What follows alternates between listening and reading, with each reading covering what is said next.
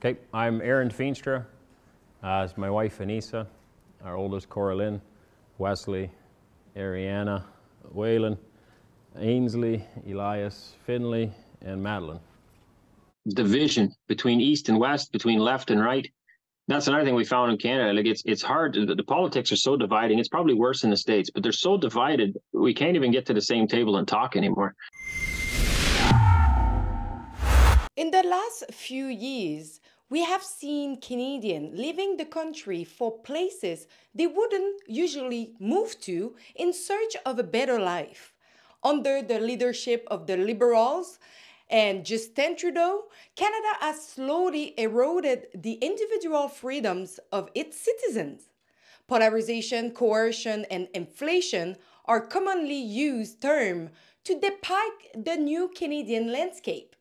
According to a survey by Angus Reid last year, 1 in 3 Canadians reported financial struggles due to the high cost of living.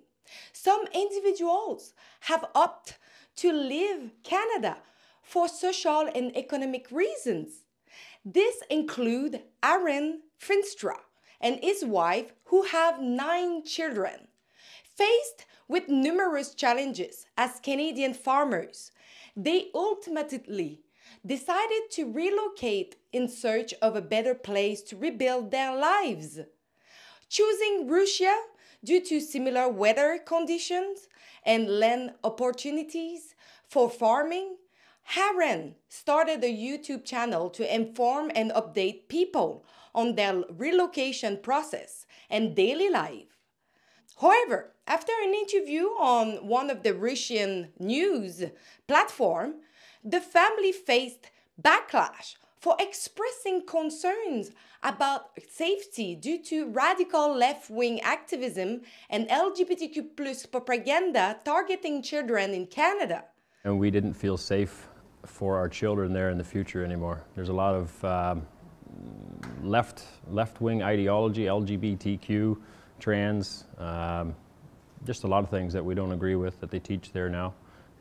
Today, I'm here with Aaron to share the story of this family of 11 members and shed light on their journey. So multiple reasons for us leaving, and it's not just one thing. Through the last number of years, especially the COVID times, we saw a Canada that was almost unrecognizable from where we grew up. Just a lot of the authoritarian rules, the things that were happening. I guess I don't know how much detail I'm allowed to get into in these things, but it wasn't the same country we grew up in. We almost at times were afraid to live there, as I think many other people were. And we know a lot of different people who either left before the borders were shut or were seriously considering leaving to one country or another. And I mean, I know people that went to Mexico, some people went to South America, to Belize, people that went to the United States, quite a few of them, people that went overseas. And so we were looking into the same kinds of things. And even before that, we recognized economically Canada was becoming more difficult. The cost of living goes higher and higher every year and almost becomes unaffordable. I think, in many cases, it is unaffordable. I read somewhere that 80% of Canadians can't afford the debt that they have. I don't know if that's an accurate stat or not, but we do know a lot of people who have, one full-time job and a part-time job, just trying to pay the bills. It gets kind of hard, and it's kind of depressing then if you're working that many hours just to try to stay afloat. So those things are all into mind. And we have a lot of children. We would like to help them out. We would like to, if we can, help them farm. My Opa, it's a grandfather, he did the same thing with his children. He managed to help them all start farming. And that is something we would like to do for our children as well. So cost of land in Canada is crazy. I worked out the average. I think it's $13,000 an acre on average in Canada. And that's only climbing. And depending on where you live, of course, some areas are cheaper than others, but then your cost of production is also higher in those areas. So it's not necessarily better.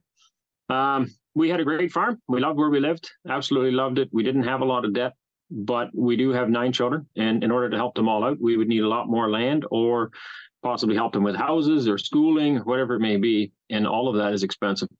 So we wanted to live somewhere where it's cheaper And then, of course, with the political things the way they are, we were looking for another country as well, just for our own safety. And then long term for Canada, we've seen the family is being attacked. Christianity, we feel, is under attack. And ideas are being pushed that are contrary to our traditional family values.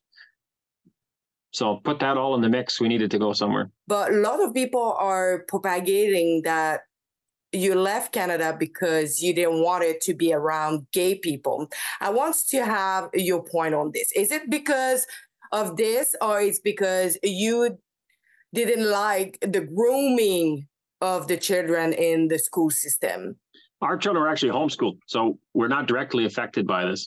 I personally don't really care about anyone's personal preferences. If you want to do whatever you want to do, that's fine. My wife and I obviously have a straight relationship. We don't go to your front lawn or to your school or anywhere else and present what we do. What we do is our private business, and I think everybody should keep it that way. I don't agree with these things being forced onto children, especially. Adults should be allowed to make up their own mind and do whatever they like. My religious perspectives, of course, I disagree with that kind of a lifestyle, but I don't wish those people any ill will, and I don't have any hatred for them, but I don't want it pushed down my children. And we have heard stories. I think Rebel News would know a lot more about this than I would, but we have heard stories where parents were not accepting of their children being pushed this agenda and the government removing the children from the parents' home. And that is not something that we wanted to happen either.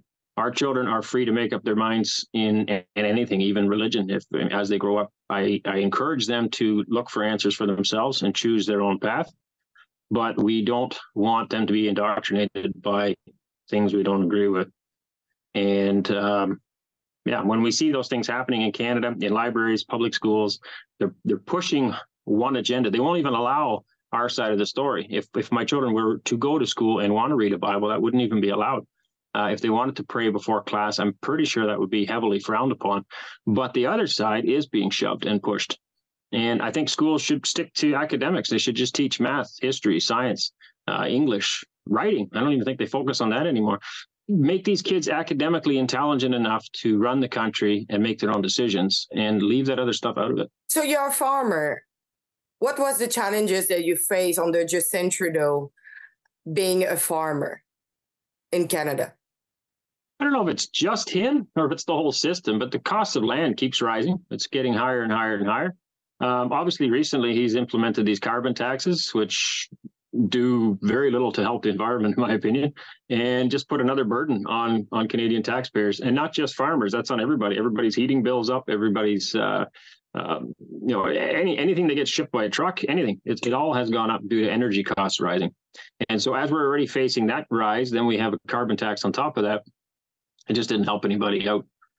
Personally, on our farm, I mean, like I said earlier, my wife and I were doing fine on the farm. We had a successful business selling vegetables, selling meat. We were doing fine. But for us to increase and buy more land, that was the unaffordable part for us. I know many other farmers who are facing a heavier crunch, especially cash croppers. They use thousands and thousands of liters of fuel. That has to be paid for somehow. For us, any extra field work we did with tractors was custom work. So the bill gets a little bit bigger, but I pass it on to the customer, and it didn't really directly affect us in that way. So why did you choose Russia, and how long it took you to choose the country you want to move on? I've been following Russia for many years. I don't even know when it exactly started, but I've been interested in it. There's always been something that interested me here, because I see their economy heading in a different direction. As Western countries continue to go farther in debt, Russia seems to be paying off debt, and things are climbing. So in the 90s, things were really bad here, but everything that I've seen is just, it's getting steadily better. And then I think of our own country. In the 90s, Canada was an amazing place. My wife and I were just discussing that with another Canadian couple that's here in Russia as well. And today we had lunch. And, when we were kids, it was great. It was awesome. It was a safe country. I wasn't worried about crime. And we've just kind of seen it steadily decline. It's getting worse, slowly but surely. Cost of living is higher. The debt load is insane. Cost of living is insane. So the contrast, I guess, Russia. I mean, why didn't I go to South America like some other people, or to Mexico, or to Europe or the States? I see the same problems there. Everybody seems to want this Western ideology, not realizing that it's not sustainable, the debt load especially.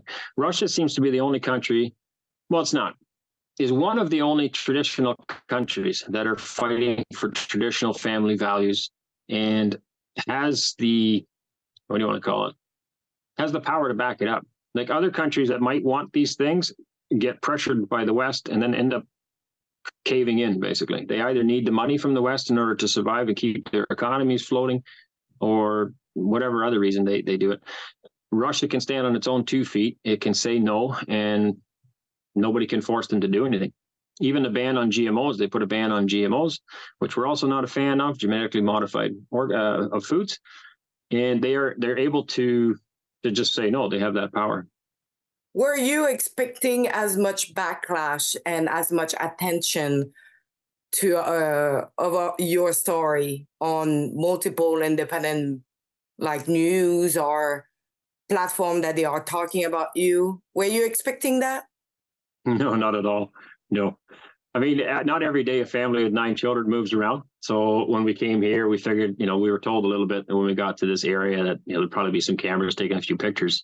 And I understand that. We get that more often. We go on holiday. We feel like zoo creatures. Everybody's watching us because they don't often see 9 or a family with that many children walking around. But no, not to this proportion. Our YouTube channel just took off. And I really quickly developed an interest. And then recently now there's been, some stuff circulating in the Canadian media. You guys have reached out today. I actually got a letter from in my emails from CNN that wanted to talk to me, and we're just simple people. We just want a piece of land. We just want to farm and live in freedom and raise our children. So no, it still seems very crazy to me. I don't understand why everybody is interested in our story. What do you think about the number of negative articles that went out against you and your family? Well, some of them make me laugh. I was reading one the other day. They changed our voices to sound really funny, and I had a good chuckle on it. It's nonsense. I mean, I don't even know who these people are. They're not really mainstream, I guess. They're just small independent things that are, obviously, they don't like our story, I guess. We stopped watching and paying attention to news a long time ago. Canadian media is pretty well all bought and paid for, I think, on the wrong end.